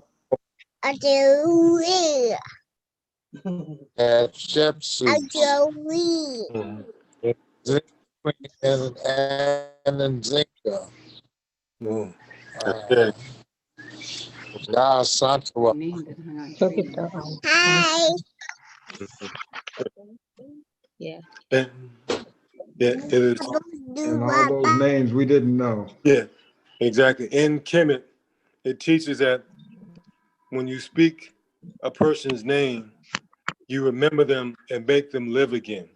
So we're not incessant worshiping, we're remembering and reminiscing because we believe not to recreate something that's already created. So we're not people that recreate a wheel, but we take the wheel and make it better, and we make it advance. So it's our job is to take what the ancestors have given us and to enhance it and restore it and make it balance with the principles of Maya.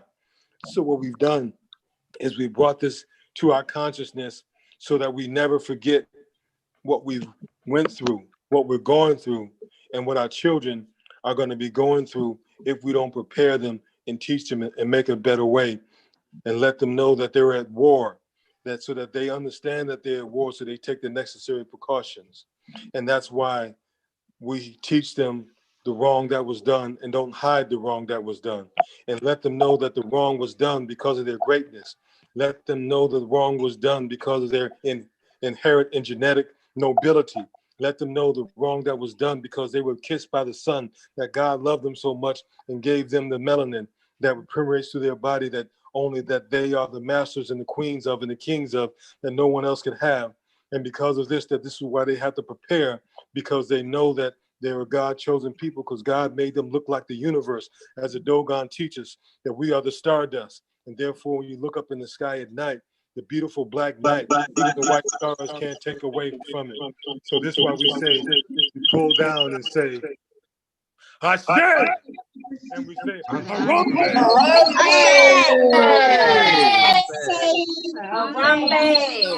Harambe. Powerful, powerful, powerful, powerful, powerful. Ashe, Ashe, Ashe. Ashe, Ashe. Ashe. Ashe. Wow, thank you so much. Wow, we've had an amazing and beautiful week of celebration, and today isn't the last day.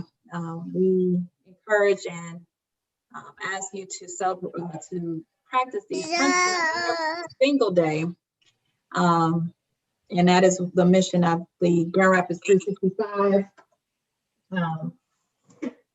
organization, which is a grassroots organization that came together last year, I believe, to do Kwanzaa every night, but with the mission to celebrate and put the principles in practice every single day, so that we continue to come together as a community. I have just a couple of announcements, but let's see. So first of all, I don't think we can do this evening justice without thanking our community hosts again. We have been blessed with several hosts this week to bring to you each principle, the principle for each night, and we can't thank you all enough. And so I'm just going to bring their names up here. We have the Grand Rapids African American Museum and Archives, Mr. Bayard, Mr. and Mrs. Bayard and their daughter. I apologize, I don't recall her name, but thank you. The Grand Rapids Alumni Chapter of Delta Sigma Theta Sorority under the leadership of Mia Gutridge. The African Kingdoms Federation and the Diaspora, Brother Talib El-Amin, thank you. The DNA LLC, our friend, media producer, entrepreneur, and grassroots activist, Mr. Ned Andre, thank you. Sister Paula Hawkins Guy, owner of R3 Station. She is a healer. She aligns muscles. She is not a massage therapist. Right. She's a healer though. Thank you. And she healed us in conversation. The West Michigan Jewels of Africa under the leadership of Sister Julianne Richardson. Last night we took our event to hers that was live right in front of her building, the One Stop Culture Shop. And that sister is definitely embodying everything about Kwanzaa creativity. Thank you. And then tonight, Sister Sheena, educator, entrepreneur, my new surrogate sister, friend, mother. She clothed me tonight, y'all. She fed me tonight. She is definitely a blessing. And you know, you meet these people, you come across their past. She knows no stranger for sure. She truly executed tonight's principle in faith, and you heard her speak her story. I'm about to shed a tear. Like seriously, this sister is gold. Okay, thank you, thank you, thank you. Our supporters, organizations, and members that have contributed in their time and their resources to each night of Kwanzaa, and they are all listed here. That includes our community readers, those who help us bring this celebration to you in a virtual manner. Thank you. Our event donors, those who made a financial contribution to help buy the books that, the gift cards that will be provided to your children. The Black Impact Collaborative, the DNA LLC, the Michigan Black Expo. Thank you. We really appreciate it and know that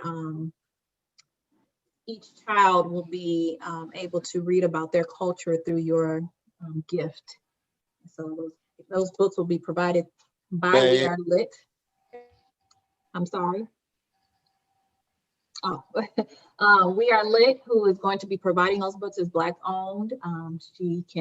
Kendra McNeil is the owner, and you can find her books now in the Grand Rapids African American Museum. She has a wonderful collection. She has all kinds of books, not just children's books, but adult books, fiction, but they all are books that look like us, written by us, for us, by us, and she has a really, really, really great collection. So thank you, Kendra. And then I want to just encourage everyone to subscribe to the Grandma YouTube account, the channel, to rewatch or share the videos from each day this week. You just simply search on their name and subscribe to it. I know that since we launched the channel, I think we have about 20 subscribers. So continue to click share. I'm not a YouTuber, but I think it's like click, share, comment. Click, share, comment, and just help us get the word out. But these nights have been broadcast live on YouTube, and they're going to be archived. There will be some minimum editing right now. They're just all up and raw, but we appreciate the museum archiving this body of work.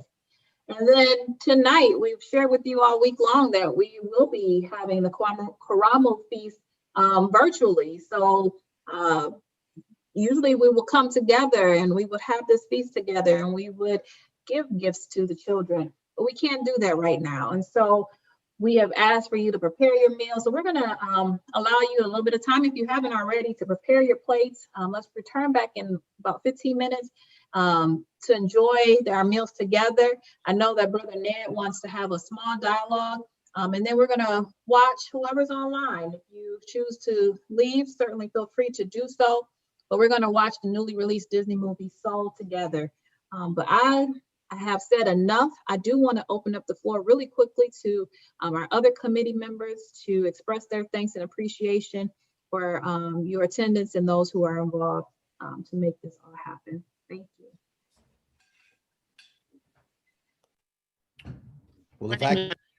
Well, I'm chairperson to Kwanzaa 365, and I would like to thank my elders and all the presenters and all of the supporters, everybody who signed in to participate on Kwanzaa, the citywide Kwanzaa. We was expecting 3,000 people with Brother Ned. He was encouraging us to keep pushing 3,000 people, but I appreciate everybody coming out. All the dialogue was awesome. Coming together, keep coming together, keep learning, keep forgiving, and thank you. Ashe. Hi, this is Ned, and I wanted to say thanks, a special shout out and thanks to Angela. Angela, when you know, the pandemic, we had all planned on doing a nice Kwanzaa celebration like we did last year, in-person physical activities for the kids, and all of a sudden we sat up and said, hey, what are we doing for Kwanzaa this year? And we had to scramble to get it together. So in a very short order, the committee came together, and there were 4 individual Kwanzaas last year, and those 4 Kwanzaas came together to produce this one week-long Kwanzaa.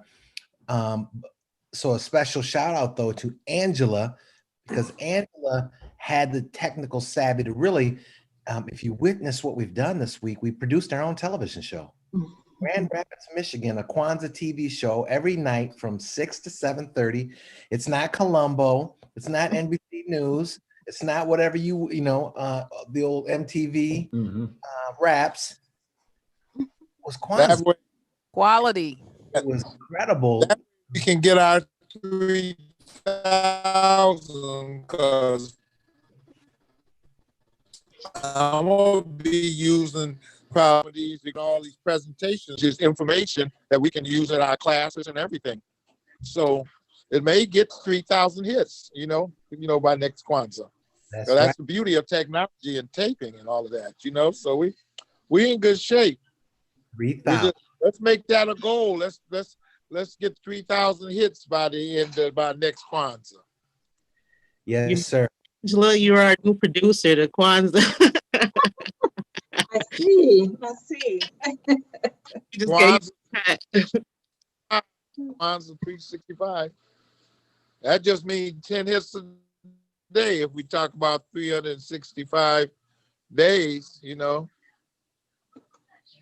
Absolutely. I would also say that, you know, as I went into retirement, I had all this free time on my hands. So I've spent the last year, when I say grassroots activist, I've been in meetings with Brother Alameen. I've been in meetings with